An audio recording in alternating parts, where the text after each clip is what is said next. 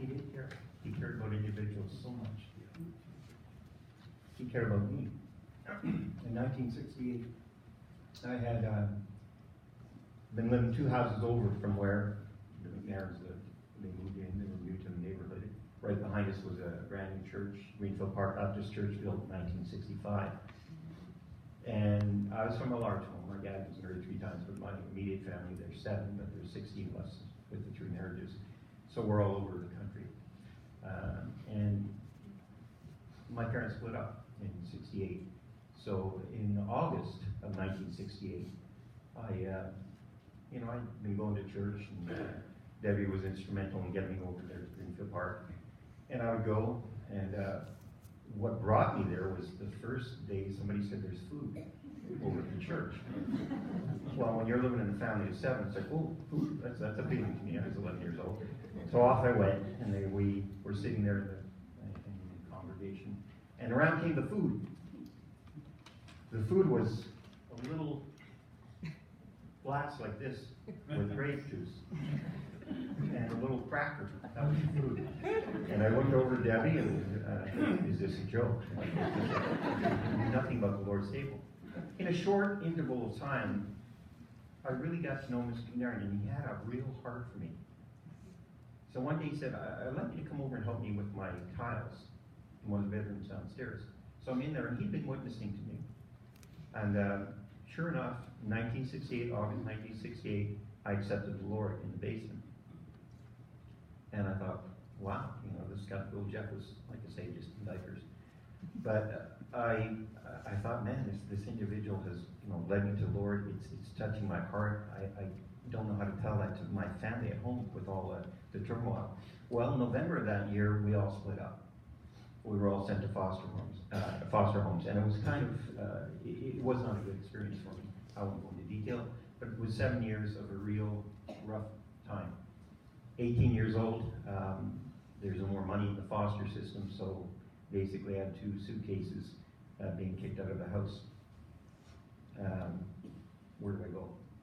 I started coming back, because we were all over the Eastern Townships. I started coming back to church. I never left the Lord. From 1968 to 1975, I still read my Bible. I was on my own as far as being a Christian. And I came back to the neighborhood, and at one point, Pastor Mr. McNairn turned around and said, well, no, I'm working at the mission, so maybe I can get a room for you there. I think Marmy would have nothing to do with it. She turned around and said, no, that's not happening. And she was very instrumental in them building or giving me a room down in the basement.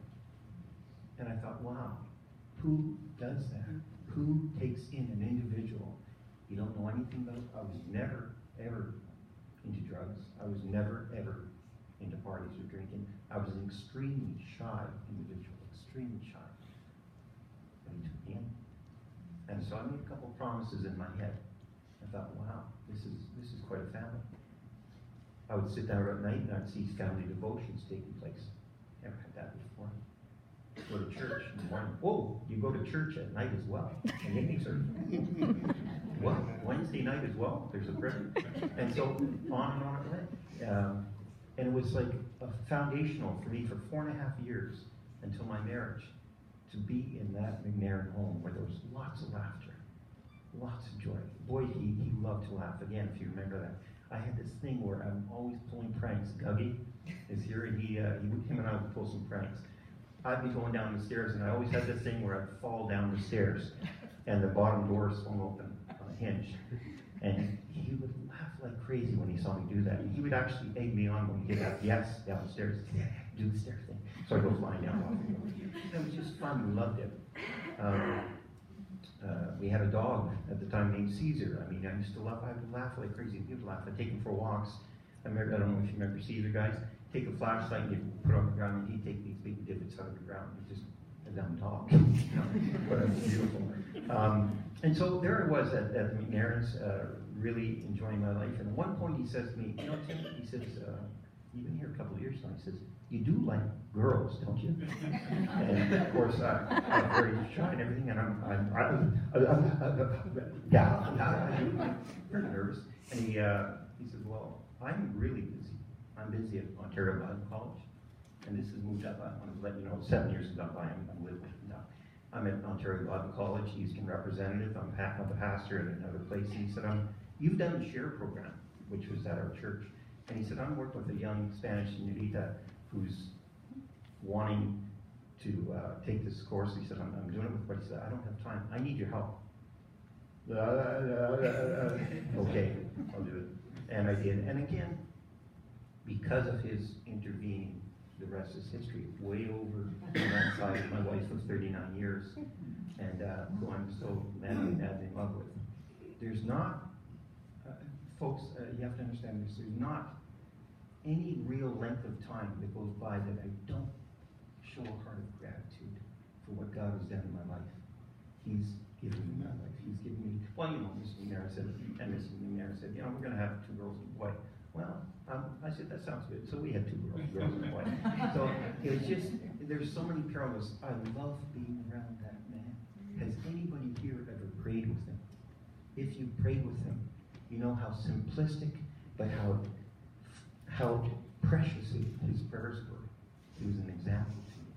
He was an example. I would watch him at Welcome Home Mission as he got me my job at Welcome Home Mission.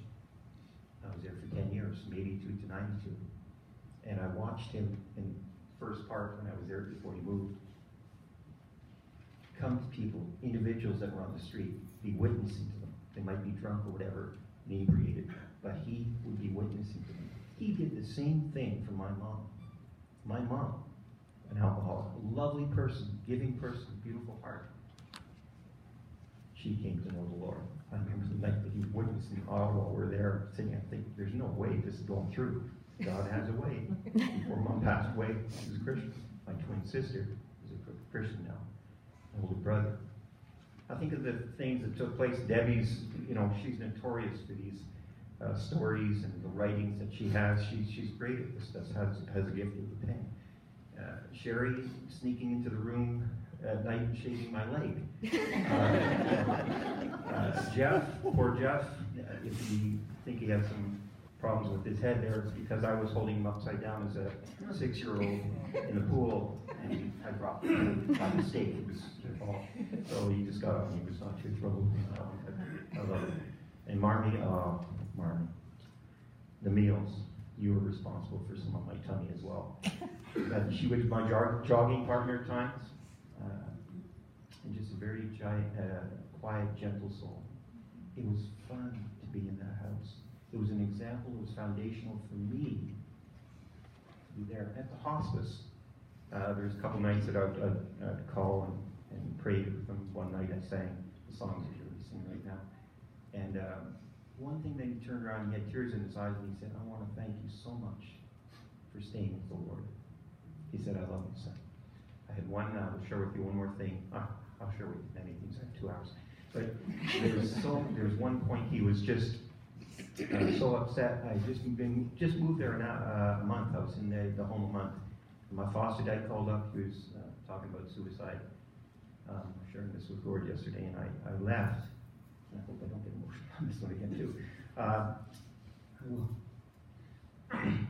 Anyway, I go out of the house, and he says to me, he follows me out. He says, "You don't need this in your life. You've had enough."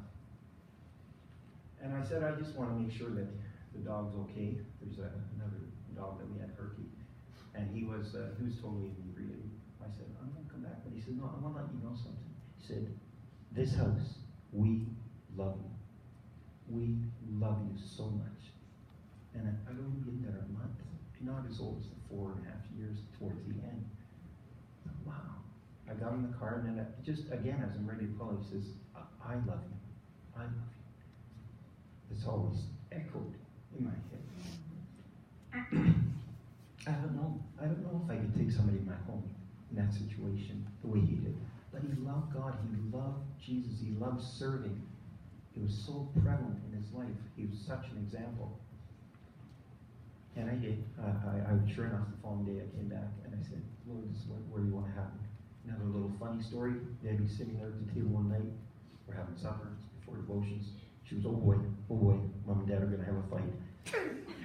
What? You know? Now, you have to understand my perception of fighting is physical. Not what I come from.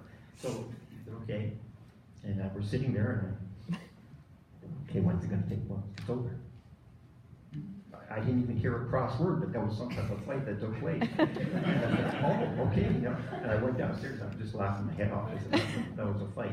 But that's, you know, it's amazing how the Lord can take an individual like Bill McNair and put him into your life, and it's so, so genuine. There was no facade. He loved the Lord. And through the years, it's constantly been on my mind, constantly been on my mind. Lord, yes, I had those 7 years of turmoil, but the 39 years you've given me with my wife, the 4.5 years as McNair's are foundational for me, which is so precious. So I hope you don't mind if we can just, by the way, we talk about the grieving, and we are grieving. What am I going to miss? I'm going to miss his laughter. I'm going to miss his counsel. I can call him up. And there were many times, probably many people don't know about this, but I'd call him up and say, I'm having this issue at church, I don't have this. And he'd give me his counsel. And I loved it. I appreciated it. And he was just, I found him so wise and so encouraging and not maligning. And it was just a real great support to have him in my life. So that's what I'm going to miss. I'm going to miss that so much. But on the same token, people, something that he advocated for all his life. I am the Father one, no man comes to the Father but by me. Salvation, John 3:16. We know all the verses. He advocated that. He's there now. It's a celebration as well. It is a celebration. I'm so thankful, man. And I know you each have your stories, how it touched your lives as well. But I'd like you to stand with me as we sing these other two little choruses. They're easy to learn. If you don't know them, they're easy to pick up.